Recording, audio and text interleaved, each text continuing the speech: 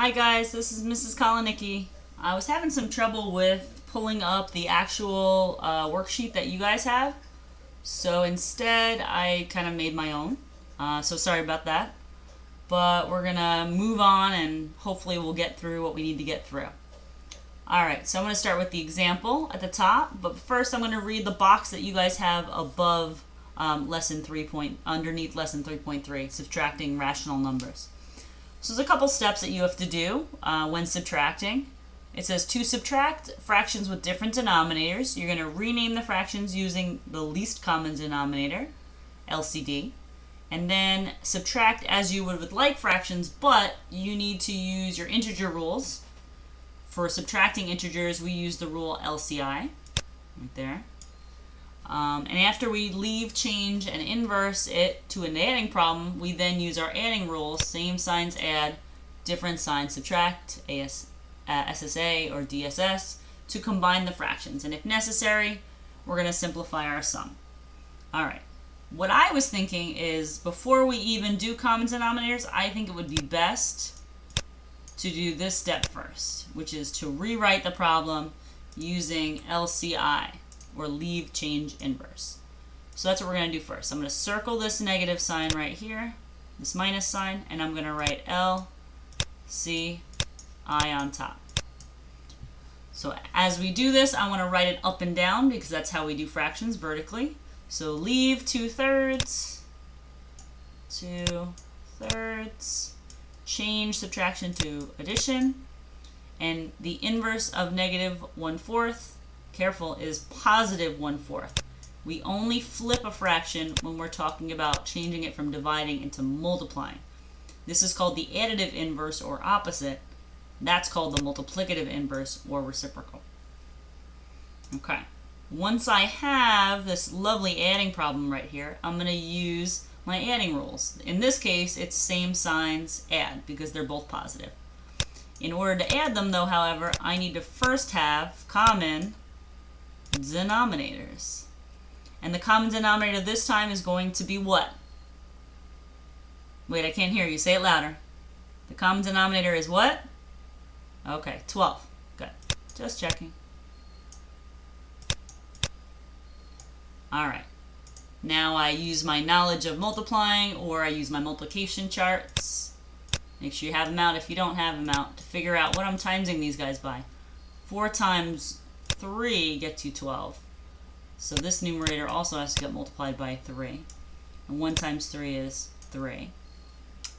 Up here, 3 times what gets you 12? That's going to be a 4.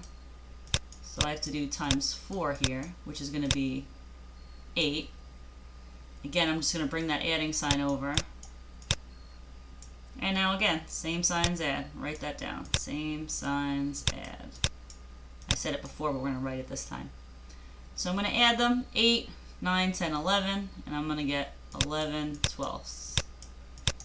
And because it's same signs add, and they're both positive, this answer is going to be positive. Alright, take a second, copy that down. If you need to pause the video, that's fine. If we need to simplify, we would simplify at this point, but 11 twelfths does not need to be simplified.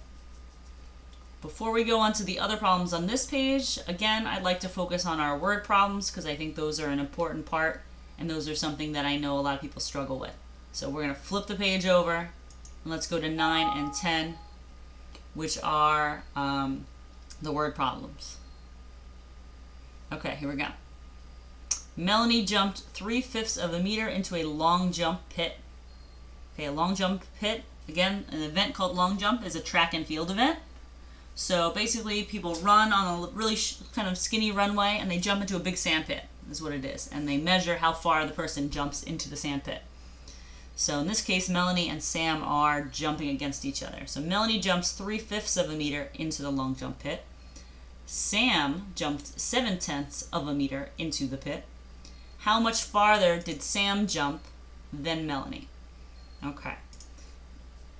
A lot of times when people talk about word problems, they think the word how much, the 2 words how much, is a clue word. And really, I could use how much for adding, or subtracting, or multiplying, or dividing. But if I add this word in, how much farther, or how many more, or how much longer, or how much wider, or how many more miles. If I'm saying a statement like that, it makes it seem like I'm comparing them, which I am. How much farther did Sam jump than Melanie? The way this is worded, Sam jumped farther than Melanie. How much farther did Sam jump than Melanie? Meaning Sam jumped farther. I want to know how much farther. So that is a subtraction problem. Those clue words, how much farther, is a subtraction problem. So I'm going to write 7/10 minus 3/5. I'm writing it this way. Ooh, I didn't mean 15ths, I mean fifths. My bad. Let's fix that. Alright. Sorry if you hear the clicking too. Can't help it. Alright, that's a 7 right there. Alright.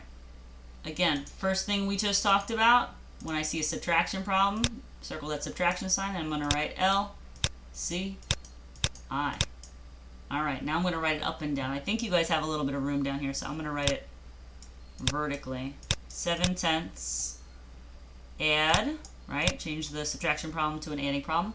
The inverse of 3/5 is actually going to be negative 3/5. Alright, now I got to add those two together.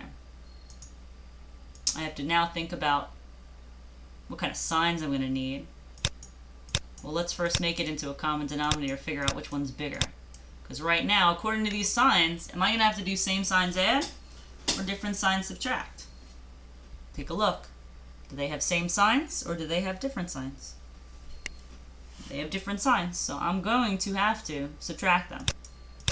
Different signs, subtract. Let's figure out what I'm going to have to subtract from what. I think the 7/10 is bigger, but let's see, just in case. Can I make common denominators? Yes, I can. What's the common denominator? If you already know it, say it out loud. Good job, guys. Alright, so 10 and 10. This guy is going to stay exactly the same, 7/10, 7/10. This bottom fraction is going to change because I have to times 5 by something to get 10, and that's 2. 3 times 2 is 6, and that actually is going to stay negative. Okay, so I was right. The 7/10 is going to be bigger than the 6/10, and now I have to subtract them. Different signs subtract. 7 minus 6 gets you 1/10. And is my final answer going to be positive or negative based on the signs that I have here? 7/10 and negative 6/10. Good, it's going to be positive. Does anybody remember why it's going to be positive?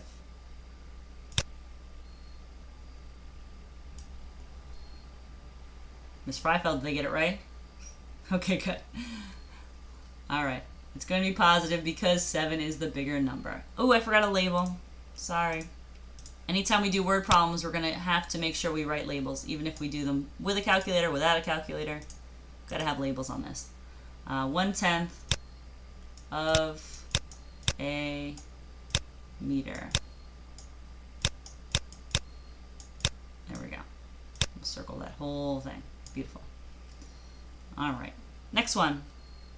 A recipe calls for 6/10. Notice I read that correctly, not 0.6. 6/10 of a cup of milk. In the fridge, you have 0.15. Oh no, you're not going to say it that way. 15/100ths of a cup. How much more do you need to make the recipe? Again, the word how much is not a clue word, but if I say how much more, how many more, how much longer, how much farther, and I'm doing a comparison sentence, how much more, somebody has more than somebody else, how many more do they have than me, and I'm comparing, that's a subtraction problem. So let's write it, the subtraction problem. Which one's bigger?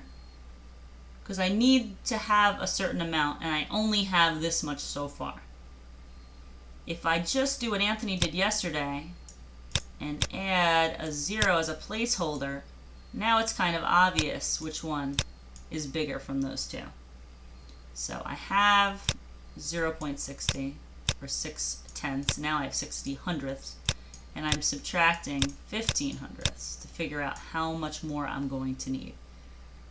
Now, we haven't done any decimals yet, but I think you guys are going to remember how to do this. First thing we're going to do, because it's a subtraction problem, circle the subtraction sign and write those magical 3 letters up on top. What are they? L, C, I. Alright, so I'm going to rewrite it real quick. Leave, change, and now I have negative 15 tenths. I'm sorry, 15 hundredths.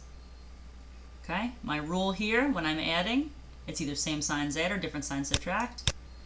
It is going to be different signs subtract. So, in order to subtract them, I can't leave them like this. I'm going to rewrite them up and down. It's a lot of rewriting in this, but that's okay. Plus, negative 15 hundredths. Again, I'm just going to subtract the numbers right now, but that's going to require some borrowing.